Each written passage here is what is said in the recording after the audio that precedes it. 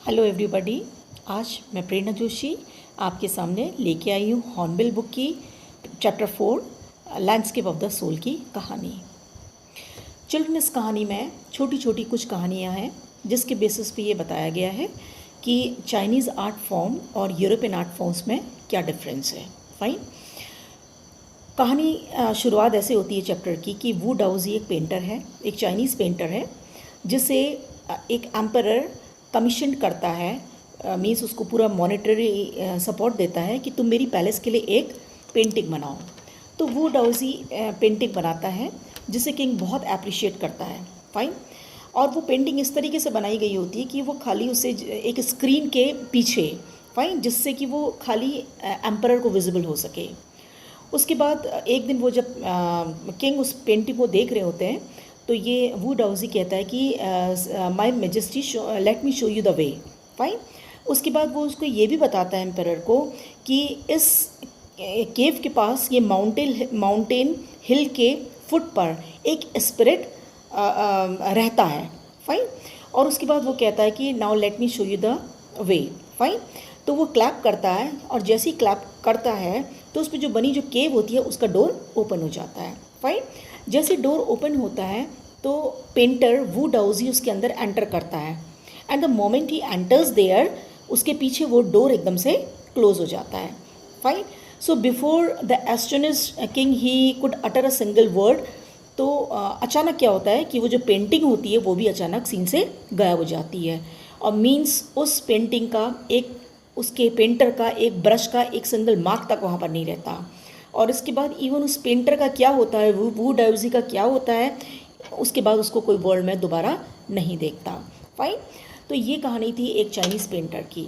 दूसरी कहानी है जिसमें एक पेंटर एक पेंटिंग बनाता है। He means he draws a dragon but he does not draw the eye of the dragon with the fear that it might also vanish fine from the painting, कि वो कहीं वो उसकी आई ड्रैगन की vanish ना हो जाए, इस डर से वो ड्रैगन की आइज़ बनाता ही नहीं है। फाइन। तीसरी कहानी इस चैप्टर में आती है एक एक ब्लैक स्मिथ की। फाइन। जिसका नाम है Quinton.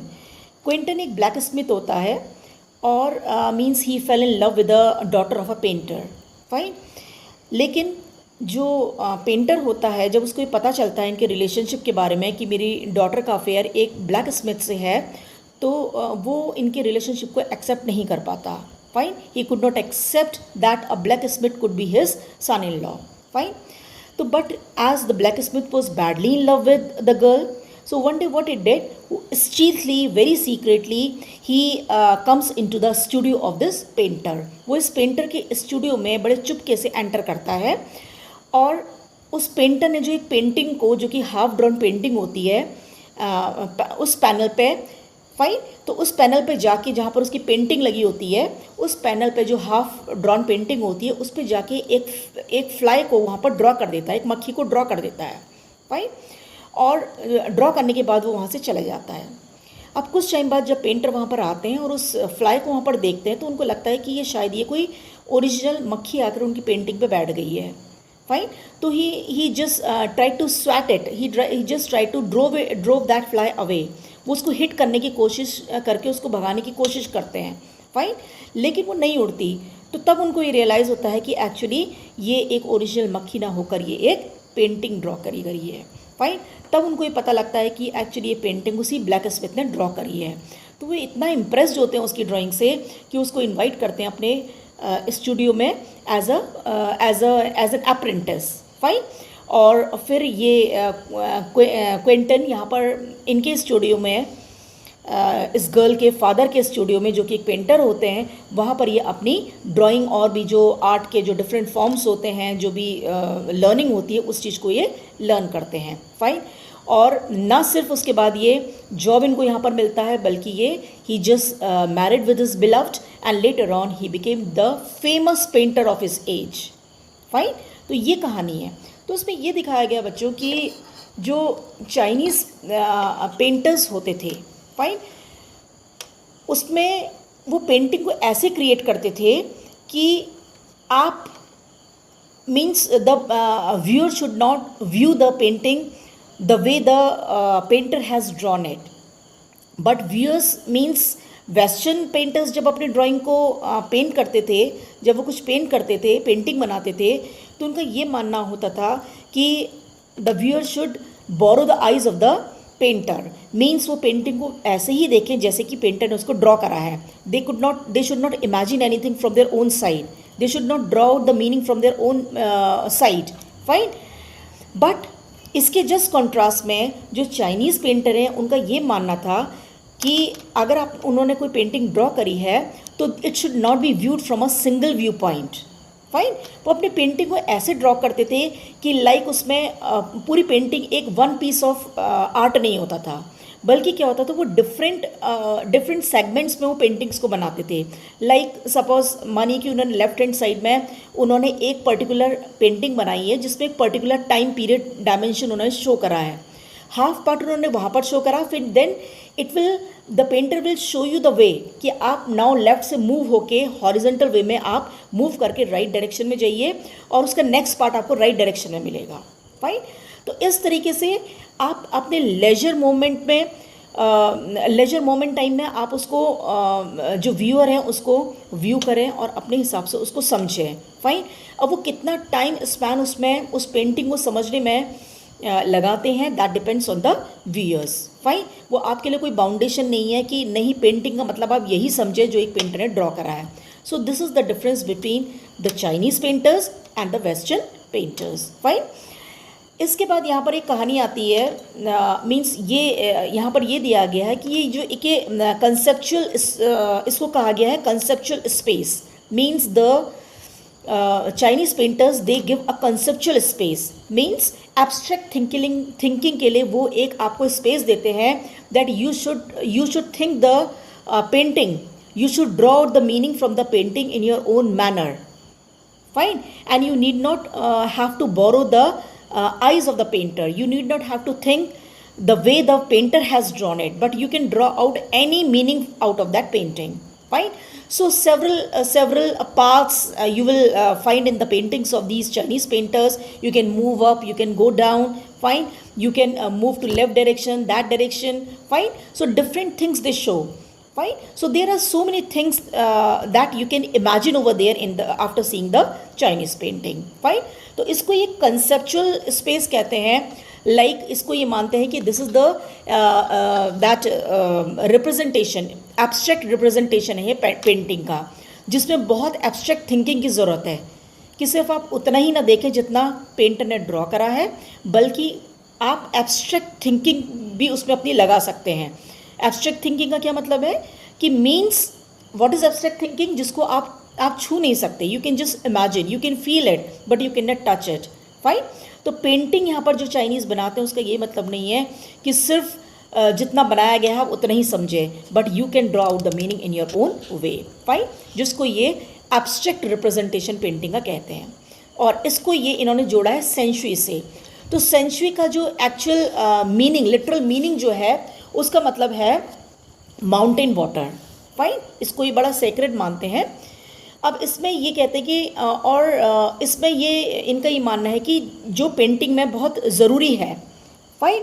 Which they use this century, जिसको ये मानते हैं कि एक माउंटेन वाटर है और इसको ये अपनी पेंटिंग में, ये अपनी लैंडस्केप में चाइनीज़ पेंटर्स ज़रूर यूज़ करते हैं.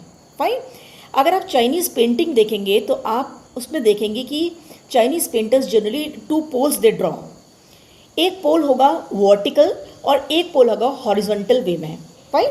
जो वर्टिकल है उसको ये मस्कुलिन मानते हैं. फाइन. वर्टिकल मीन्स वो वर्टिकल पोल कैसे ड्रॉ करेंगे, in the forms of mountain. Fine. Vertically वो अर्थ से लेकर हेवन की तरफ वो जा रहे हैं. फाइन. सो माउंटेन अगर ड्रॉ है तो उनका वो मतलब है कि ये मस्कुलिन है, which they call in Chinese language yang. Fine. और जिसको उन्होंने फीचर्स दिए हैं कि अगर वो मस्कुलिन है तो वो कैसा होगा, मस्कुलिन होगा, स्टेबल होगा, कूल होगा, एनर्जेटिक होगा. फाइन. और उसका जो डायरेक्शन होगा वो वर्टिकल होगा. फाइन. अपवर्ड होगा टूवर्ड्स हेवन. और इसको ये नाम इन्होंने चाइनीज़ नेम दिया yang. So remember 3 names mountain, fine, yang and masculine, fine, and the features are कि stable होगा, energetic होगा, fine, और cool होगा, fine. दूसरा ये जो पोल दिखाते हैं अपने पेंटिंग में चाइनीज़ पेंटर्स, ये हॉरिजेंटल फॉर्म में दिखाते हैं, ऐसे करके हॉरिजेंटल एक पोल दिखाते हैं, जिसको ये चाइनीज़ लैंग्वेज में यिन का नाम दे रखा है, और जिसका मतलब है वाटर, फाइन, वाटर. और इसमें ये दिखाते हैं कि, और जिसको इन्होंने जोड़ा है, किससे जोड़ा है, इन्होंने इसको जोड़ा है फेमिनिन से, फाइन. तो एक तरफ वो दिखा रहा है कि वर्टिकल जो है माउंटेन वो मस्कुलिन है, और जो हॉरिजेंटल वे में है, fine, which is lying down there on the ground, fine, that is feminine, fine.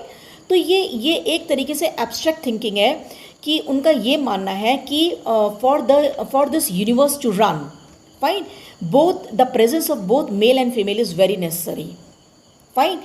और इसके अलावा उनका ये मानना है चाइनीज़ पेंटर का कि जब इन दोनों के बीच में इंटरेक्शन होता है, you should understand it this theme in biological term, जब मेल एंड फीमेल के बीच में जब इंटरेक्शन होता है, फाइन, तो उस समय ये प्राणायाम किया जाता है, means breathe in breathe out किया जाता है, fine. Breathe in breathe out ये क्यों इंपॉर्टेंट है? For the concentration, fine, because जब तक कॉन्सेंट्रेशन नहीं होगा, the interaction between the mail and female will not exist, fine, and that interaction is very necessary for the existence of this universe, fine. अब ये होगा कहाँ पर इंटरेक्शन? तो इसके लिए एक एम्प्टी, अ वॉइड चाहिए, an empty space is required. तो अगर आप चाइनीज़ पेंटिंग देखेंगे, आप उसमें देखेंगे कि चाइनीज़ पेंटर्स जनरली एक वाइट, पर्टिकुलर वाइट स्पेस वो इन मेल और फीमेल के बीच में एक वाइट स्पेस को छोड़ देते हैं. वो किसका सिंबॉलिक है? कि जो भी इंटरेक्शन, जो भी कम्युनिकेशन होगा मेल और फीमेल के बीच में, वो इस एम्प्टी स्पेस में होगा, फाइन. तो empty space you will find only and only in Chinese painting only, fine, and which is the symbolic that yes, whatever interaction will take place, it will take place here only, because without this interaction between male and female, the universe will not exist, fine. तो इस तरीके से ये difference बता रखा है यहाँ पर, और इस तरीके से चिल्ड्रन यहाँ पर ये कहानी ख़त्म होती है, और जिसमें ये मान रखा है मेल को इन्होंने बहुत ही एक डोमिनेंट फिगर माना है, और जिसको ये माना है कि बहुत ही इंपॉर्टेंट फिगर है, बहुत ही इंपॉर्टेंट डोमिनेंट रोल होता है मेल का इस यूनिवर्स के एग्जिस्टेंस पे. And this way the chapter ends here, और बहुत ही सिंबॉलिक इसमें दिखा रखा है. एंड स्पेशली इसमें जो क्वेश्चन नंबर 1 आपका दे रखे हैं कि draw out the difference between this Chinese view of art with the European view of art. This is the most important question of this chapter. Fine.